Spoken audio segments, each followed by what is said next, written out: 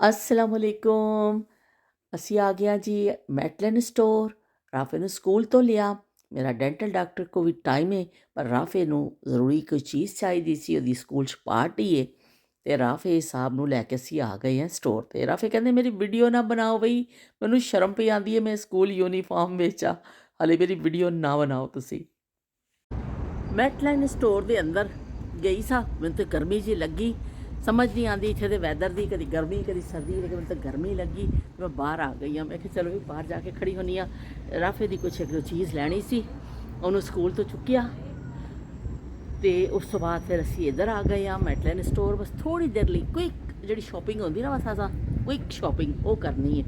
तो इतों फिर असी बच्चों घर छड़ के फिर डेंटल डॉक्टर को मेरा टाइम है, उत्थे जाना मैं डेंटिस्ट के पास जाएंगे। डेंटिस्ट पता नहीं हम दाढ़ है वाली कढ़ेगा की करेगा, पैसे दे के मैं तो अपनी दाढ़ खराब करवा ली।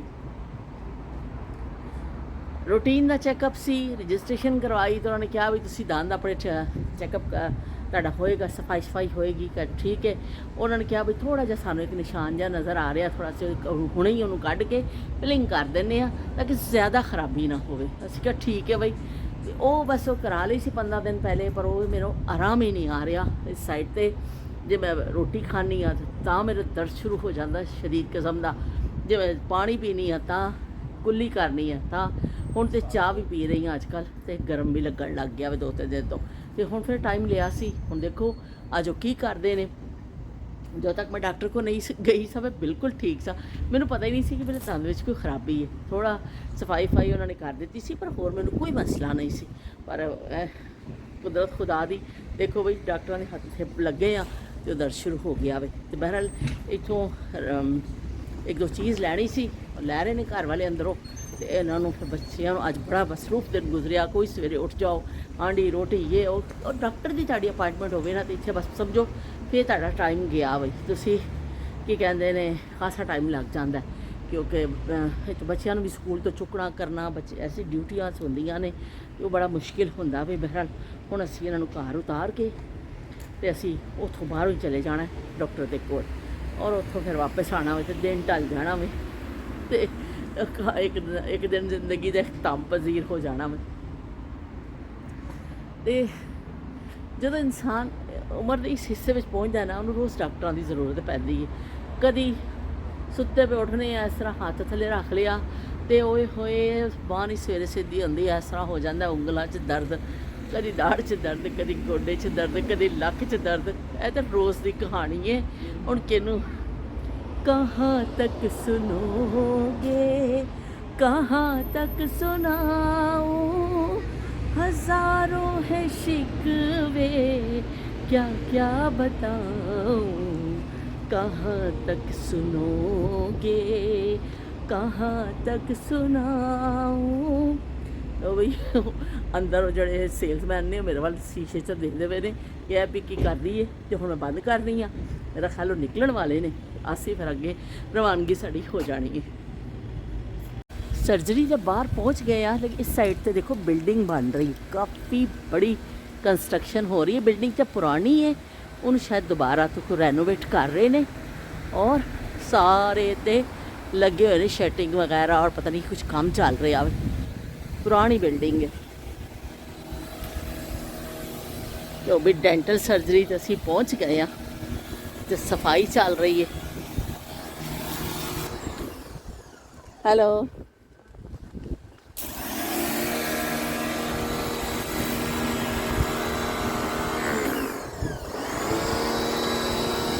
डेंटल सर्जरी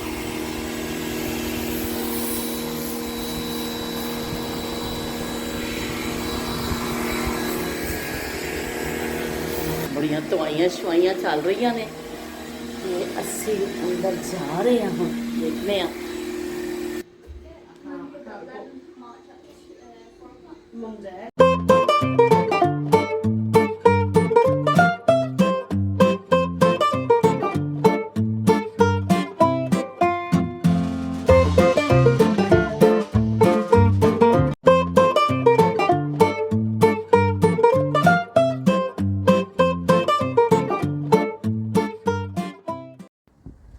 अस्सलाम वालेकुम राफे। अस्सलाम वालेकुम। कैसे हैं आप? ठीक हो? राफे कहाँ जा रहे हैं? स्कूल स्कूल जा रहे हैं? क्या स्कूल के तो यूनिफॉर्म तो नहीं आपने पहना हुआ?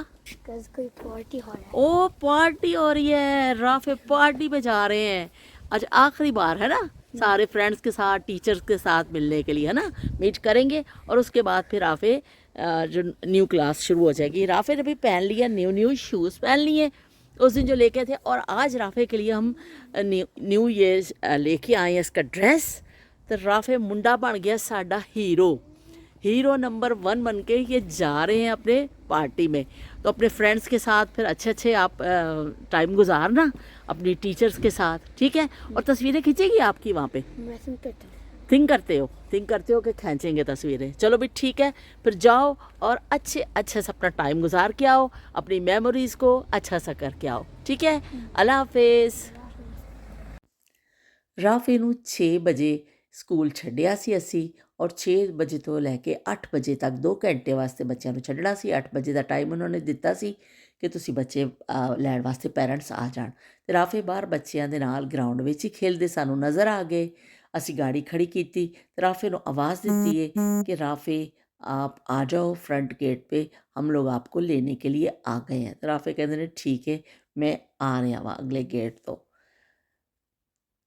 ਸਕੂਲ ਤੋਂ ਨਿਕਲ ਕੇ ਅਸੀਂ ਗਾੜੀ 'ਚ ਬੈਠੇ। ਰਾਫੇ ਨੇ ਫਰਮਾਇਸ਼ ਕਰ ਦਿੱਤੀ, ਨੂਰ ਫਾਤਮਾ ਨੇ ਵੀ, ਉਹਨਾਂ ਨੇ ਸ਼ੇਕ ਪੀਣਾ ਵੇ ਔਰ ਰਾਫੇ ਨੇ ਵੀ ਕੁਛ ਲੈਣਾ ਵੇ। ਅਤੇ ਅਸੀਂ ਚੱਲ ਪਏ ਹਾਂ ਜੀ ਇਹਨਾਂ ਦੇ ਫੇਵਰਟ ਪਲੇਸ 'ਤੇ, ਜਿੱਥੋਂ ਅਕਸਰ ਜਾ ਕੇ ਗਾਰਲਿਕ ਬ੍ਰੈਡ ਵਗੈਰਾ ਖਾਂਦੇ ਨੇ ਔਰ ਲੈਂਦੇ ਨੇ।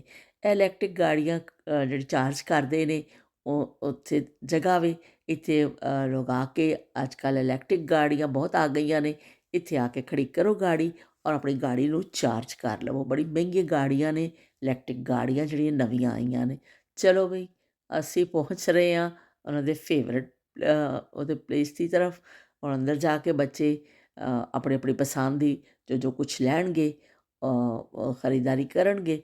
ਪਰ ਇਹ ਵੀ ਕਿ ਖਾਸਾ ਟਾਈਮ ਲੱਗ ਗਿਆ। ਅੱਜ ਤਾਂ ਅਸੀਂ ਬੜੇ ਗੱਡੀ ਦੇ ਝੂਟੇ ਲਏ ਨੇ, ਯਕੀਨ ਮੰਨੋ ਸਾਰਾ ਦਿਨ ਝੂਟਿਆਂ 'ਚ ਹੀ ਲੰਘ ਗਿਆ ਸਾਡਾ। ਅੰਦਰ ਆ ਗਏ ਆ ਰਾਫੇ ਔਰ ਨੂਰ ਫਾਤਮਾ ਦੇਖ ਰਹੇ ਨੇ ਇਹਨਾਂ ਨੇ ਕੀ ਲੈਣਾ ਵੇ। ਨੂਰ ਫਾਤਮਾ ਨੇ ਤਾਂ ਘਰੋਂ ਹੀ ਉੱਥੇ ਹੀ ਕਿਹਾ ਸੀ ਮੈਨੂੰ ਸ਼ੇਕ ਚਾਹੀਦਾ ਵੇ, ਉਹਨੂੰ ਤਾਂ ਆਪਣਾ ਸ਼ੇਕ ਲੈ ਰਹੀ ਹੈ ਨੂਰ ਫਾਤਮਾ। ਅਤੇ ਬਾਕੀ ਰਾਫੇ ਵੀ ਦੇਖੋ ਹੁਣ ਕੀ ਲੈਂਦੇ ਨੇ। ਇੱਥੋਂ ਲੈ ਕੇ ਫਿਰ ਸਾਡੀ ਰਵਾਨਗੀ ਹੋਏਗੀ। ਇੱਥੋਂ ਅਸੀਂ ਵਾਪਸ ਪਹੁੰਚਾਂਗੇ ਘਰ ਥੱਕੇ ਟੁੱਟੇ। ਲਓ ਵੀ ਆ ਗਿਆ ਨੂਰ ਫਾਤਮਾ ਦਾ ਜਿਹੜਾ ਆਰਡਰ ਕੀਤਾ ਸੀ ਸ਼ੇਕ। ਹੁਣ ਨੂਰ ਫਾਤਮਾ ਮਜ਼ੇ ਲੈ ਲੈ ਕੇ ਪੀਏਗੀ ਠੰਡਾ ਠੰਡਾ ਚੋਕਲੇਟ। ਲੱਗ ਰਿਹਾ ਸਰ ਚੋਕਲੇਟ ਸ਼ੇਕ ਇਹਨੇ ਆਰਡਰ ਕੀਤਾ। ਰਾਫੇ ਨੇ ਇੱਥੋਂ ਚੁੱਕ ਲਈ ਹੈ ਵੀ ਫੁੱਟਬਾਲ। ਰਾਫੇ ਨੂੰ ਫੁੱਟਬਾਲ ਦਾ ਬੜਾ ਸ਼ੌਕ ਹੈ ਅਤੇ ਉਹਨੇ ਇੱਥੇ ਹੀ ਖੇਲਣਾ ਸ਼ੁਰੂ ਕਰ ਦਿੱਤਾ ਵੇ। ਇਹ ਨਹੀਂ ਕਿ ਮੈਂ ਘਰ ਜਾ ਕੇ ਖੇਲਾਂ, ਇੱਥੇ ਹੀ ਖੇਲਣਾ ਸ਼ੁਰੂ ਕਰ ਦਿੱਤਾ। ਅਤੇ ਚਲੋ ਫਿਰ ਜੀ ਅਸੀਂ ਹੁਣ ਜਾ ਰਹੇ ਹਾਂ, ਸਾਡੀ ਵਾਪਸੀ ਸ਼ੁਰੂ ਹੋ ਗਈ ਹੈ। ਅਤੇ ਫਿਰ ਮਿਲਦੇ ਹਾਂ ਇੱਕ ਨਵੀਂ ਗੱਲ ਦੇ ਨਾਲ। ਅੱਲਾ ਹਾਫਿਜ਼ ਤੇ ਰੱਬ ਰਾਖਾ। ਅਤੇ ਅੱਜ ਦਾ ਦਿਨ ਸਾਡਾ ਬੜਾ ਹੀ ਮਸਰੂਫ ਗੁਜ਼ਰਿਆ।